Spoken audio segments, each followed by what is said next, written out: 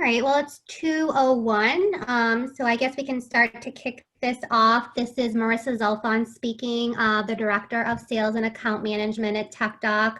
Welcome, everyone. I see a lot of our current clients on here, so thank you for taking the time to join us today. So I'd like to welcome everyone to TekDoc's webinar on cybersecurity, where we'll all get a better understanding of relevant concerns and open our eyes to cyber risks. So today's webinar will be led by Craig Taylor, who is CEO and co-founder of CyberHoot. He's a 25-year veteran that specializes in all things cybersecurity and has recently become TekDoc's internal vCISO. So we are very excited for that opportunity here. So TekDoc has been partners with CyberHoot for about 2 years now, and we're excited to provide our clients with a resource that can help set up your security for the 21st century. As Craig said, please feel free to utilize the Q&A feature if you have questions, as we'll make time for those during the webinar or at the end. Also, we did ask all of you what your biggest security challenges were, and the major response trends were around email security, hackers, learning what we don't know about cybersecurity, and data protection. So we'll learn a little bit more about that today. And with that being said, I will have Craig kick us off. Thanks, Marissa. And thank you all for joining us today, where we're going to learn all about the things you didn't know with regards to cybersecurity. I usually kick this webinar off with an analogy from years ago. Many of you are probably too young to know this, but about the beginning of the Gulf War, Donald Rumsfeld, the Secretary of Defense in the United States, was asked this question at the podium. What keeps you up at night, Donald? And he says, the things I don't know, I don't know. And the room went quiet and they were wondering, what does he mean? He said, the things I know I don't know, I have really smart people figuring out for me. And they'll get me the answers and then I'll know them. The things I don't know are the ones that come out of left field and cause the greatest harm to the United States of America. And that's what keeps me up at night. And to most of us on this call today, if you've never received cybersecurity training in the past, cybersecurity risks, the attacks that are out there, who's attacking us, why, all the things we're going to talk about today, you don't know them. We don't know how all the companies we read about and hear about in the news are hacked. And that's what I'm here to help us understand. So sit back, relax, have your favorite beverage. It's Friday at 5 somewhere, so we'll go through this seminar now. As Marissa said, please ask your questions in the Q&A. The chat function's been disabled, and we will ask those questions. They'll interrupt me if it's something pertinent at the time, or we'll save them to the end when we have 10 to 15 minutes of questions and answers available. So who's Craig? Who am I? We'll go over who's attacking us as SMB owners, as individuals. We'll go over common types of malware. What are the hackers doing with that malware? Why are the small to medium-sized businesses of the world attacked 15 times more often and more successfully than any other business on the planet? And then we're going to go into some security preparedness things. Top 10 things that any company should have in place for their cybersecurity program. We'll talk about guiding employees with cyber policies, training them on the policies, on the technology that you have protecting yourselves, and on cyber attacks. And then I'm excited to bring you 2 critical skills through training exercises that we all need to have for the 21st century. These are 2 skills that are, in my opinion, as important as learning to type was a 19th century skill, or a 20th century skill, pardon me. And that is passwords, and generally speaking, password hygiene is what I call passwords, passphrases, and password managers. We're going to give you some details about why that's so important and how to become more proficient with passwords and how to spot easily phishing attacks and delete them and not stress about it anymore, because you can authoritatively identify a phishing attack, delete it, and not think twice about it. So who am I and why am I here talking to you? Well, I started many, many moons ago, before the internet actually existed as you all know it. When I started doing cybersecurity, there was no World Wide Web. That's how old I am. Some people say as old as dirt, but I worked at a company called Secure Computing. They were building firewalls, and I was helping their support organization running and managing their support organization in the very early internet before firewalls existed, before the World Wide Web existed. Then I went to work for a multinational company called CSC. For 15 years, I built the cyber program at CSC for their web hosting arena, where we had companies like Bose and Citizens Bank and DuPont and Matson Navigation and 45 others, all very concerned about putting their websites online in our data centers for their brands. And so I had a lot of audits and a lot of questions to answer for them. I went to work for Vistaprint. That's a local international company that manufactures all sorts of good things for businesses. Chase Payment Tech was in a couple of years at Chase Payment Tech when they were developing Apple Pay and some other things. I worked there in the security realm. And now I'm the virtual or fractional Chief Information Security Officer at TekDoc. And as Marissa alluded, I'm also the co-founder of CyberHoot. So, who's attacking us and why? There's really about 4 main groups of hackers in this world, and they fall into the following 4 groups. Script kiddies. If you remember, way back in the early 80s, there was a movie called War Games, and there was a young man in his basement working on an early computer, and he hacked the Pentagon, and he hacked in to just see what he could see and cause some mischief, not really trying to damage things or steal national secrets or anything like that. He was just hacking for fun and notoriety. That's this group. Organized crime. That's the largest growing faction of hackers in the world. They've realized it's far easier to hack online with impunity, hiding your tracks through all kinds of onion routers and technology, rather than physical crimes in the real world, which have, with so many cameras and camera phones and surveillance systems. The physical world is getting harder and harder to hack, if you will, versus the electronic world, which is still kind of the Wild West. And this is the largest single growth area of hackers in the last 10 years, is in organized crime turning to Bitcoin and ransomware and those kinds of hacks and attacks. Nation states have always been out there, and every country in the world has an offensive and a defensive hacking capability. Doesn't matter what country you are. If you're, even Canada has that. The United States, some of the big ones, the biggest 3 are probably the United States, Russia, and China. But there are some very important second-tier hacking states like Iran, North Korea. They've invested very heavily in their ability to hack companies, steal intellectual property, and cause damage and havoc.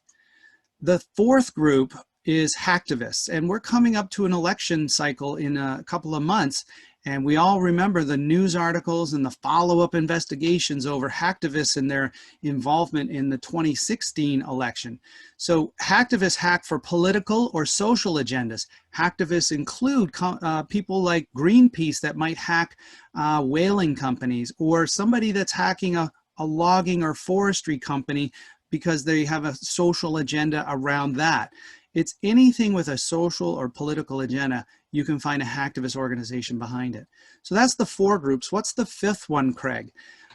Let's stop with the statistics here. 6% of the attacks, according to Verizon data breach statistics, are script kiddies. 50% is organized crime. 12% for nation states, 4% for hacktivists. That doesn't add up to 100. There's 28% missing, Craig. Who are they? That's the 5th group. It's all of us. The people that work at companies, insider threats. And I don't mean we're all hackers. There's 2 groups of insider threats. There's the accidental insider that releases information to the internet by accident, and it goes on to cause harm to your company. And then there's the malicious insider that sells your data to a hacker. We have lots of different articles online that you can read about insider mistakes and purposeful sale of information. The Equifax breach was a mistake, or the more recent one, I think it was, oh goodness, I'm forgetting it now. It's one of the financial firms had a breach that was at Amazon, and it was an insider at Amazon that sold the data.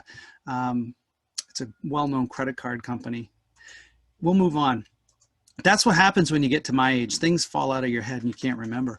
So cybercrime examples. This is the malware that hackers are trying to put on our computers and in our networks.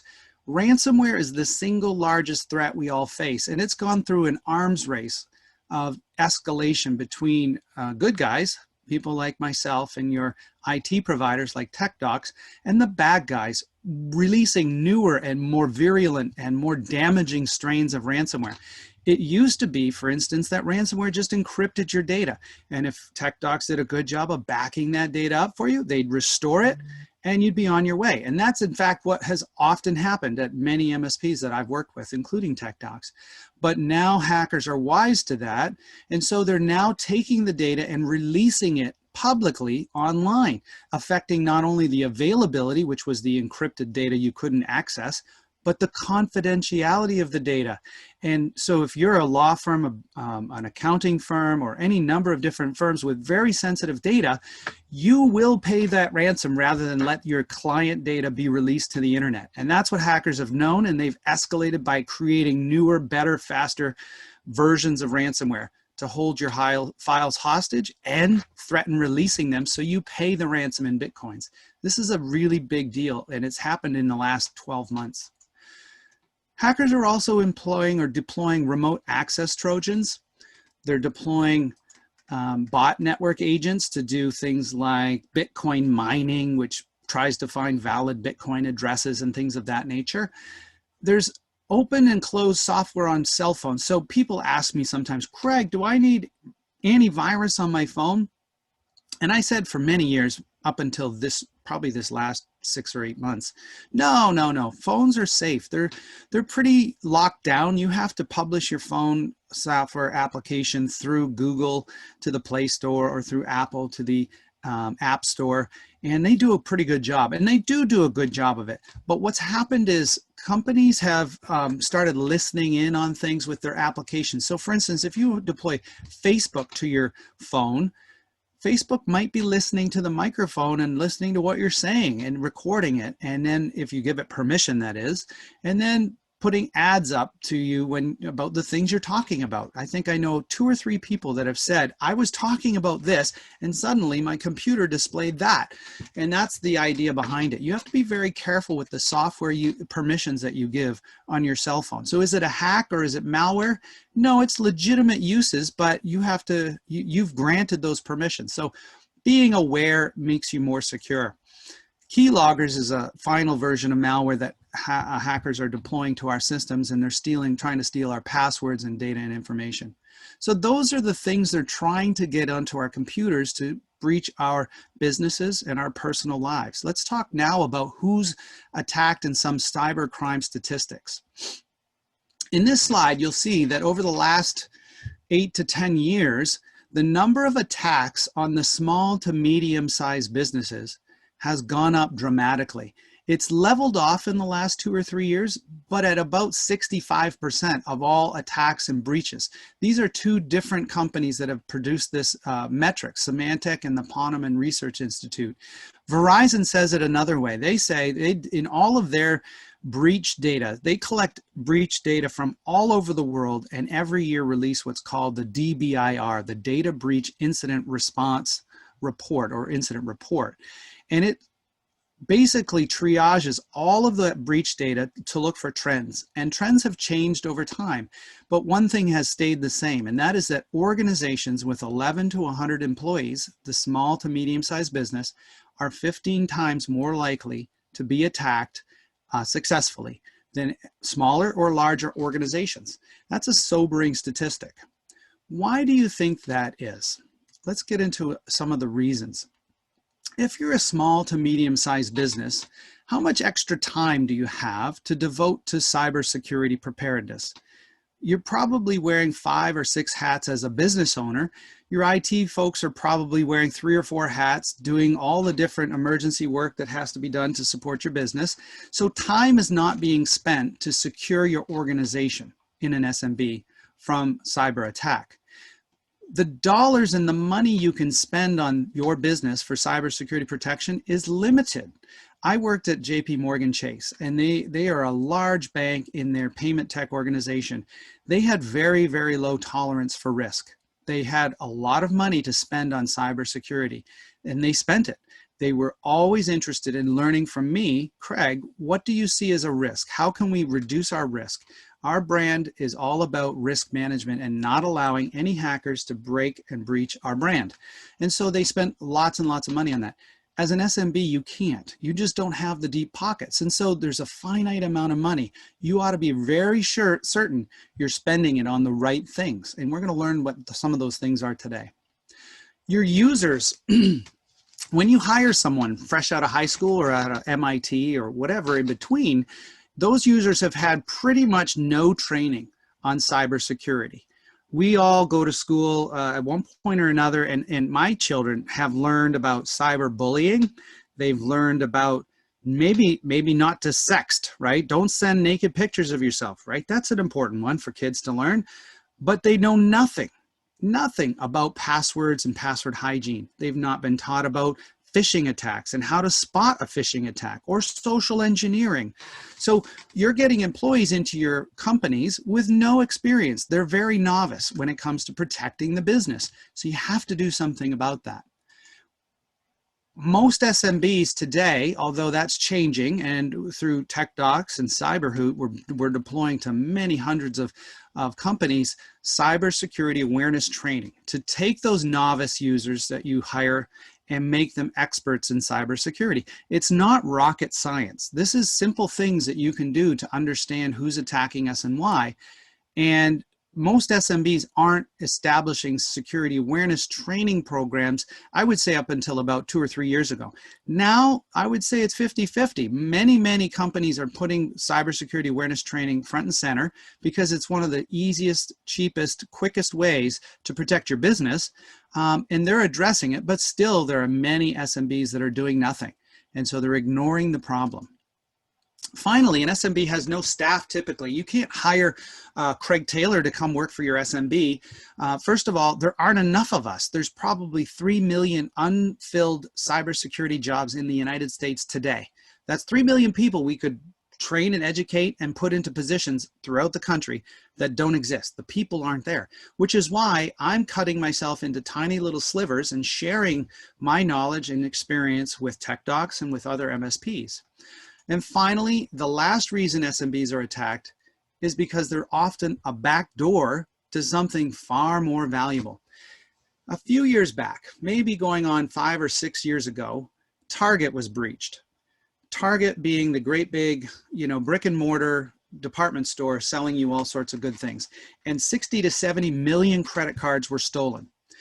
They were breached, not directly by hackers breaking into their environment, but indirectly through their HVAC vendor.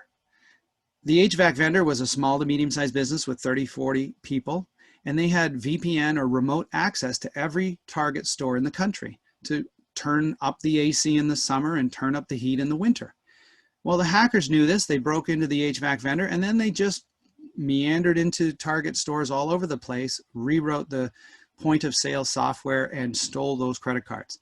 So sometimes you as an SMB might be targeted not for what you have, but what you have access to. So that's a risk as well. So let's now turn to what you need to have in your company's cybersecurity programs. This picture is probably worth 1,000 words, and that's one of my favorites. It's talking about 3 pillars of cybersecurity resting on a foundation of a risk management framework. That is having an assessment done of your organization or your company to find out what threats you face, what vulnerabilities you have, and then doing something to address those. But no matter what you do, you will always have these 3 pillars in your information security program. You'll have policies that govern your employees, something like a password policy or an acceptable use of computers policy. Then you'll have people that you need to train. You need to train them both on the policies that govern their behaviors and the technology that's out there, and possibly what we're doing today, who's attacking you and why and how. And then you should have a regular, once every 2 to 3 years, assessment of your business to find out what threats and vulnerabilities you have and how have they changed. So if we were to change from a picture of 1,000 words to the top 10 things you can do for cybersecurity preparedness, this would be the order. A risk assessment. You have finite time and money to spend on the risks that you face, so you should know what they are and prioritize them accordingly. Govern your employees, train your employees, and then deploy some technologies such as antivirus, spam protection, web filtering, mobile device management. You should know how to encrypt your critical and sensitive data. A password manager is one of the best solutions you can adopt at your company nowadays to improve password hygiene across the board.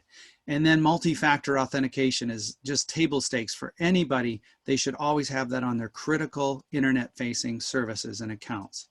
Finally, just like fire, flood, car insurance, which we all have, life insurance, which we all have, for those catastrophic events, what rounds out the top 10 is cyber insurance. And if you don't have cyber insurance today, you really ought to think about getting some and knowing what you need and learning, what's the right balance for your company. Okay, we're going to focus the rest of the presentation on two of the critical skills that you need in the 21st century. That is around,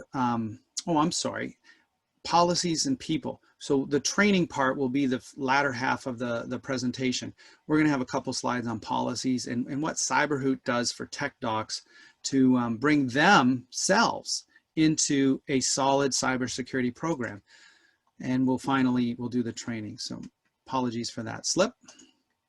So what you're looking at here is TekDoc's own CyberHoot dashboard. I've taken the names out of the folks that haven't quite finished their 100% of their training, but here you can see 7 governance policies at 95% compliance, 29 videos with 88% compliance, some exposed accounts, which occurs over time. You would be surprised if any one of you today wants to find out how many exposed accounts you have. What I mean by that is how many times has your username and password or username and social media profile been exposed online by breaches of other people's websites, not TekDocs, not CyberHoot, but other websites like Yahoo, LinkedIn, Dropbox. All of them have had major breaches in the past 10 years. Go to cyberhoot.com, scroll halfway down. There's a dark web exposed account search box. Put your username in there and you will see instantly how many times your account has been exposed online, and it'll tell you what was exposed, whether it was your password or your social media profile or something else. But the fact is all of us, if we've been online for any length of time, have had our personal data breached at some other company's website, and hackers now possess our favorite password, unless you're like me and using a password manager, which we'll get into. So that's what those exposed accounts are here, the 441. But this is what you get with a CyberHoot deployment at your company, is a single pane of glass dashboard of your overall security program from a policy governance and training perspective. And TekDocs is business partners of CyberHoot and reselling this to their clients. So moving on, train your people on the most common attacks, starting with weak passwords and moving on to phishing attacks. So there are a couple of activities we're going to get into in a moment, but let me tell you a little story first to just put this in perspective. I'm not sure, by show of hands, if I had you in a room, I'd have you show your hands, but how many on the phone call today or the webinar remember the alert that was broadcast throughout Hawaii about 2 years ago? This was at the height of, thank you, Jennifer, I see you remember this. At the height of the tensions between the United States and North Korea, they were doing a test of the emergency broadcast system in Hawaii. And someone in the test hit the wrong button. Instead of the test button, they hit the real alert button. And everyone's phone rang with a message something like, you have about 30 minutes before incoming missiles from North Korea will blow us all to bits. And the governor of Hawaii was in the room at the time, saw that it was a false alarm, and immediately pulled out his phone to tweet that this was a false alarm and just everybody stand down, don't worry, it's just a false, we're testing things. But guess what he couldn't do? He couldn't log into his Twitter account because no one, including himself, could remember what his password was. So 45 minutes it took for them to send out an all clear message via the governor's Twitter account to not panic. And for 45 minutes, people thought they were all going to die. Now, security researchers heard this and they were flabbergasted, and they went back into some newspaper clippings of the emergency task force room in Hawaii where they were doing these tests, and they happened to find password sticky notes in the background of some imagery that was used with all, like they had 12 great big television monitors in this, very impressive setup of the emergency response room for Hawaii. And then there was these little yellow stickies around some of the monitors. And we all realized that Hawaii and the emergency response had no clue how to manage passwords, including the governor. And so the lack of password management, hygiene, and adoption of password managers has real consequences for all of us, personally and professionally. So we're going to talk about that. So I hope you've realized the importance of this from some of these stories I'm telling you. And we'll give you an example of a phishing attack and work through how you're going to identify it in your own lives, and very simply by asking you 5 or 6 questions of yourself, of the email, and you can identify it's a phish and delete it and not worry about it again. So creating strong passwords, learning a password manager is where we're moving next, and we'll move to avoiding phishing emails. So let's talk about some password do's and don'ts. NIST published password guidance back in 2003. That's coming up on nearly 20 years ago. And they got it so wrong and so bad that everyone cheats today. They said you have to have 9-character passwords that are complex with uppercase, lowercase, special characters, put a couple numbers in there for good measure, change it every 90 days, and do that on the 1 or 200 accounts that you have today. No one can do more than 3 or 4 accounts, let alone, I think my last total was 300 or 400. So we all cheat unless you're on a password manager. So the newest advice by NIST in 2017, they said you should adopt 14-character non-complex, that means no special characters, uppercase, lowercase requirements of any kind, and not expire the password unless you have a security event that forces you to do so. And use a passphrase, something like rainbow monkeys are fun, or any number of things. We do this in the CyberHoot trainings. We come up with some interesting things like that. But that is new NIST advice, is 14 characters, non-complex. Don't share your password with anyone. This is an old saying that I have, is think of your password like a toothbrush. You wouldn't share it with anybody. And you probably change your toothbrush once a year. So on your critical accounts, maybe you still change them. But if you've got 14-character passwords, you don't have to change it all that often, not 90 days for certain. And don't do this. This is what Hawaii management did. Don't write your password down, put it on your sticky notes around your keyboard, under your keyboard. I know some of you are shaking and smiling your heads right now because I've done this presentation 100 times. And at this moment, I see a lot of people looking down at their notes, not trying to make eye contact with me because I know they're doing this. So don't do that. And try not to use things that hackers can learn through those exposed accounts. Like on your social media, could they figure out your pet's name, your family name, your children's name, your birthdays, your address? All of those things are in the top 10 guesses for passwords that hackers use when they try and break into a company and they target you or someone you know. Don't use the same password everywhere. You should have different passwords everywhere you go. That is a true statement, so that if a LinkedIn or a Dropbox is breached, you don't have to worry about changing that password anywhere except on LinkedIn or Dropbox. Right? That's really important stuff. We're not all there today. I am personally, but that's because I use a password manager. So let's do a test. Remember that website I said you could go to, cyberhoot.com? It's a partnership with this website, Have I Been Pwned? And if you wanted to check directly on Have I Been Pwned, you could do it. Or you could go to cyberhoot.com and put in your personal email address. If you haven't done that, I encourage you to do that right now and just do a quick sanity check on how many times you can use your personal email or the one email that you have that you've had for as long as possible, because that's the one that has the highest likelihood of being breached many, many times. My number, I think, is 13. I did one for someone yesterday and it was 18 different accounts were breached. It was unbelievable. And that's because, you know, there's so many breached accounts on the dark web today. So Troy Hunt runs this website, Have I Been Pwned? And he's been collecting those breach data. This is public breach data for many years. He had in 2015, when I first started this presentation with this particular screenshot, there was about 1.3 billion accounts that had been breached that were in his database that you could search through this interface for breaches of your own data. And I was in here about a half dozen times already. But I did it again in October 2017, and there was 4.7 billion accounts. So look, in what, 2 years, it more than doubled, right?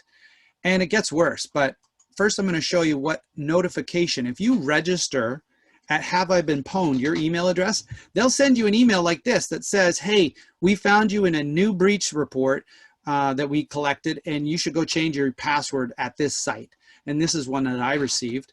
Here's an example of my report. I've been breached at Dropbox and some hacker database and LinkedIn. And who remembers Trillion? That's an old one, going way back now.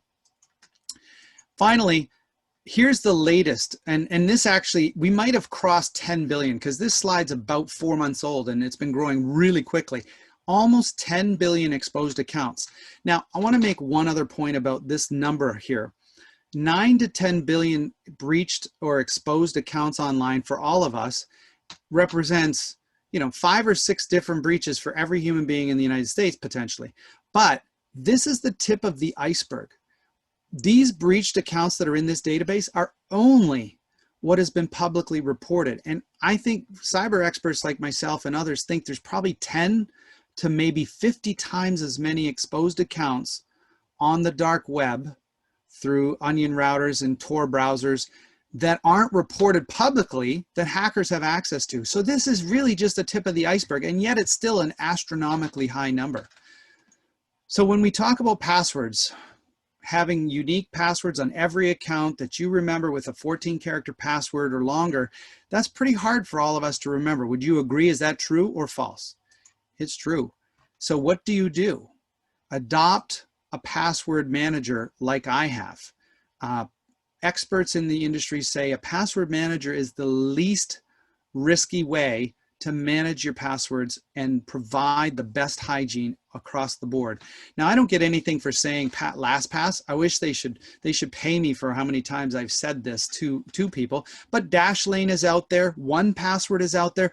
All of these tools are free for personal use. And this is probably the single best thing you could do to improve your password hygiene is to adopt a password manager. Okay. Any questions to this point? Did anyone want to raise their hand for a question? Or can we continue with the example, moving on to phishing? I don't see any questions. Marissa or Sarah, are there any questions? None yet, so I think we're good, but everyone please feel free to add if there's anything. We will definitely make time for that at the end. Okay, great. Great. And I know that you've all sent in your biggest concerns, so we'll leave some time to talk about those as well. So let's talk about phishing. Phishing is the bane of every IT organization's existence, whether it's inside your company or TekDocs. We get bombarded with phishing attacks and questions from our clients. Is this a fish? Is that a fish? And most of the time, yes, they are. So I have an exercise for you both here. I want everyone on this call to spend a couple of minutes and feel free to put in the Q&A your answers on how to tell which a phishing attack from a non-phishing attack. And let me be more specific. On the left, where it says, hello customer, this is a phishing attack. I'm going to give you that. On the right is something I personally ordered because I'm a mountain biker and a road biker, and I ordered a helmet. So I know I ordered this. And these two are to compare and contrast. So in your Q&A, would you all please put a couple of answers in for how you can personally tell that this left-hand email is a phishing attack and the right hand is not. And then I'm going to open up the Q&A and I'm going to take a look at your answers and see what people have. So Ron says, check the email address. Let's talk about that. Yes, on the left, we have admin@accesssecure.onmicrosoft.com. Is that ever going to send me an Amazon email? Never, never, never. On the right, you see it will always come from Amazon.com.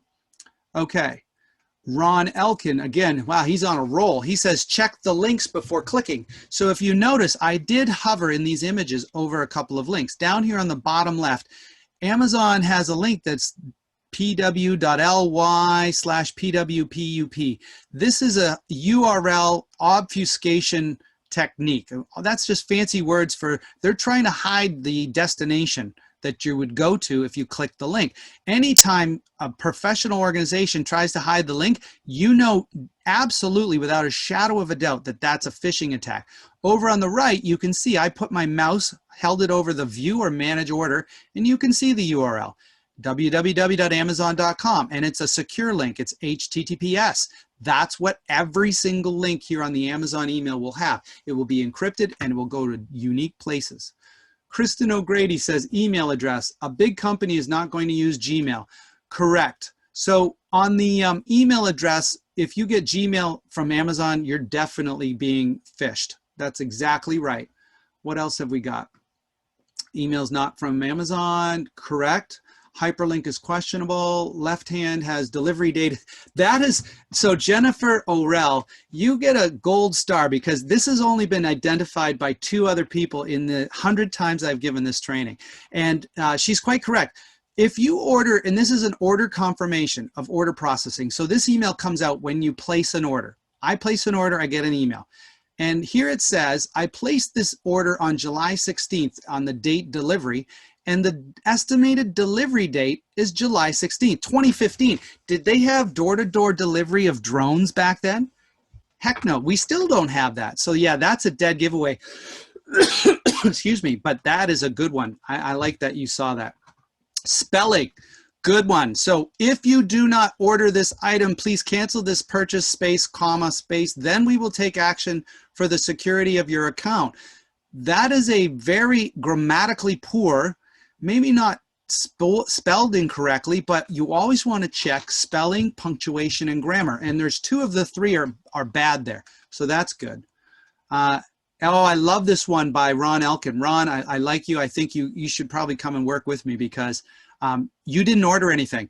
That's exactly right. I wasn't expecting the email on the left. It came unexpectedly because I didn't order anything. Now, I have 2 children, 18 and 21, and I might be concerned that they might have ordered something, so I'd have to ask them. But generally speaking, they have their own Amazon account. I don't get notification when they buy something because I don't pay for it anymore. So you're right. I didn't order anything. Okay, so you guys are right. You guys are rock stars here. I love the people on this call because you have a lot of really good ideas. Let me show you something. I'm going to go back. I'm going to close this chat. Great job on that. I'm going to just highlight things for you here. The email address, always the first thing I do when I'm getting something is I check the email address. Who sent it to me? And does it look legit? This, no, definitely not. Secondly, is the email unexpected? Yes, I didn't order anything, so I never expected to receive an email telling me I ordered something. Third, is it generically addressed? Amazon and most other companies know my first name. So they'll say, hello, Craig. And in fact, you see over here, it's Craig Taylor. Hello, Craig Taylor. Thank you for shopping with us. Over on the left, it's generic. That's a dead giveaway that it's a phishing attack. Fourth, spelling, punctuation, and grammar. You all picked that off. Fifth, strange links in the attachment, in the email. Six, is there a sense of urgency? Many, many times, maybe not so much in this one, but in other phishing attacks, they want you, the hacker is putting something in place that makes you feel like you have to take action right away or something bad will happen. So they create not only a sense of unexpectedness in the email, but urgency. And so that urgency is here. If you do not order this item, please cancel this purchase. I don't want to pay for anything I didn't order. Let me go cancel it right away. So that's there. And then sometimes, which isn't in this case, but I've seen it many, many times, is an attachment will be in the email.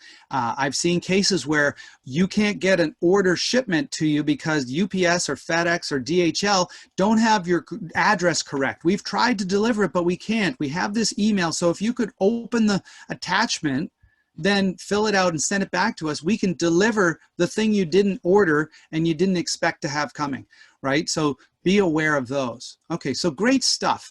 Now, let's summarize in a set of questions, okay? So this is, you've seen the images. Now let's create a list of questions to ask yourself. Phishing test. If you answer yes to 2 or more of these questions, you are very likely to be being phished, and you should just delete the message. Was the email unexpected? Was it urging an action or critical action? Somebody logged into your PayPal account. Your PayPal account's been locked. I've gotten that one almost every week for the last 7 years. Is it addressed generically? Dear sir, valued customer. From the wrong email sender. That was all, you all got all of these, so I'm really impressed. Grammar, spelling, punctuation. Now, that one, don't rely on that one because there are many hackers who are very gifted with spelling, grammar, and punctuation. But not all hackers have English as their first language, and oftentimes a misgrammar, misspelling, and poor punctuation will be a dead giveaway. Are there bad links or wrong links going to the wrong place? Even on your cell phone or on a tablet, you can hover your mouse without clicking and see the link you're being drawn to and not do it. So just learn how to do that hover your mouse trick, and so you can inspect the URL without going anywhere. Or answer these other questions and delete it before you even check the links. And is there an enticing or voyeuristic attachment? Many times, and this is really one of the sad tragedies of the world we live in today, hackers will play upon our worst fears and our, I don't want to say sadistic, but our voyeuristic tendencies, right? When the 9/11 occurred, there were a series of PowerPoint presentations which were not PowerPoint, they were malware that were sent out, and they claimed to have images from the inside the Twin Towers. Most recently, hackers have been sending out, you've been exposed to COVID and someone's reported that they were with you and they've tested positive. You must download this file, complete it, and send it back to us so we can do contact tracing. I mean, how despicable is that, right? Or SBA, you might be a business owner, and because your picture and name and email is on your website, you'll get an email that says the SBA cannot complete your PPP loan application unless you finish this form, and they'll attach a form. So there's a lot of different ways, tragedies and things that they hack, that they try to socially engineer their into hacking our companies. Here's an example of a mouse pad that I would love to see you all be using, which is from TekDoc, where people are helping people, and it's codified right underneath the mouse. So as you're going to click on a link or some phishing attack, you can pause and ask yourself these questions. And if you answer yes to 2 or more, delete the email. Don't go any further. And with that, we go to the Q&A. So just to reiterate where we've been, we talked about who's attacking us, the different types of hackers today. We talked about what they were trying to install, ransomware being one of the most egregious, and organized crime trying to get ransomware into our organizations all the time now. We talked about who is being attacked more often by and successfully, small to medium-sized businesses. So if you're on this call with a business of under 100 employees, you're very likely to be attacked incessantly. And then finally, we did a couple of learning exercises for 21st century skills. How do you have good hygiene in your passwords? By adopting a password manager. What would that hygiene look like? It would be 14-character passwords that are non-complex and non-expiring. And then we did the exercise on phishing attacks to show you the 5 or 6 or 7 simple questions you can ask that would identify that you're being phished, and then you can delete and move on about your day without panicking, and you can do this with confidence. And so, that being said, let me turn it back to, I think Sarah's going to be the one to handle some of the Q&A. What questions do you have that I didn't answer? And if not, we have some of the issues that came up in our what bothers you from a cybersecurity perspective from your registrations. Sarah? Sure. Thank you, Craig. So one of the questions that we got actually from the email about the biggest challenges, and again, if anybody wants to ask any more questions, please feel free to, put them in the Q&A comment area, was about compliance and how to make sure that your employees are actually following through with the education and the training if they're given it. And to go off of that as well, how to ensure that maybe new users or not as savvy users are being compliant with cybersecurity and making sure that they aren't putting your company at more risk than need be. Great question.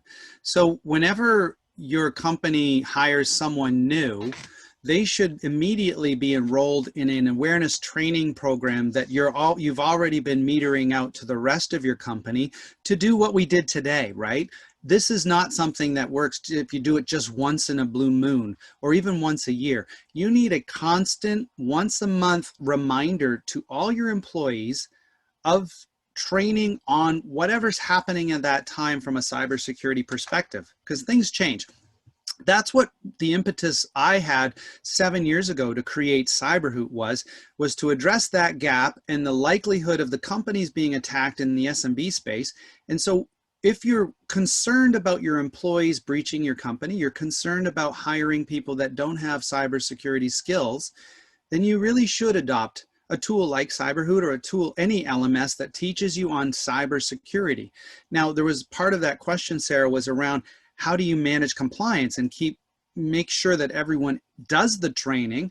And that's one of CyberHoot's strengths. And one of the reasons I think TekDoc picked it is because when you roll out training through CyberHoot, it sends an email for instant access to training. In other words, there's no username and password to log into a website to get to your training. It's an encrypted URL that you have in your inbox that only you can access because you authenticate into your email. You click the link, you're instantly training, you watch the video, it's a 3 to 5 minute video, you answer a few questions, you type your name, you're done. And if you don't do it, CyberHoot will remind you in a few days.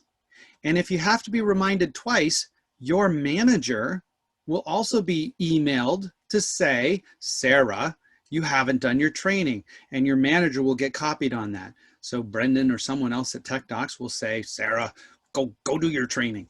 And so there's even a fourth level that goes to HR. If you still don't do your training, HR will get an email. So there's this natural escalation, and that tends to get most people compliant. Good employees don't want to have their boss troubled with things they didn't do that they were told they had to do. And since it's such a small investment in time, 5 minutes a month, it's really not an issue. But if you forgot, because we all get thousands of messages a week, it will remind you until you do it. And so I hope that answers the question, Sarah, but that's why we're partners. And that's why I think your companies that are on this call might enjoy the solution we've put together.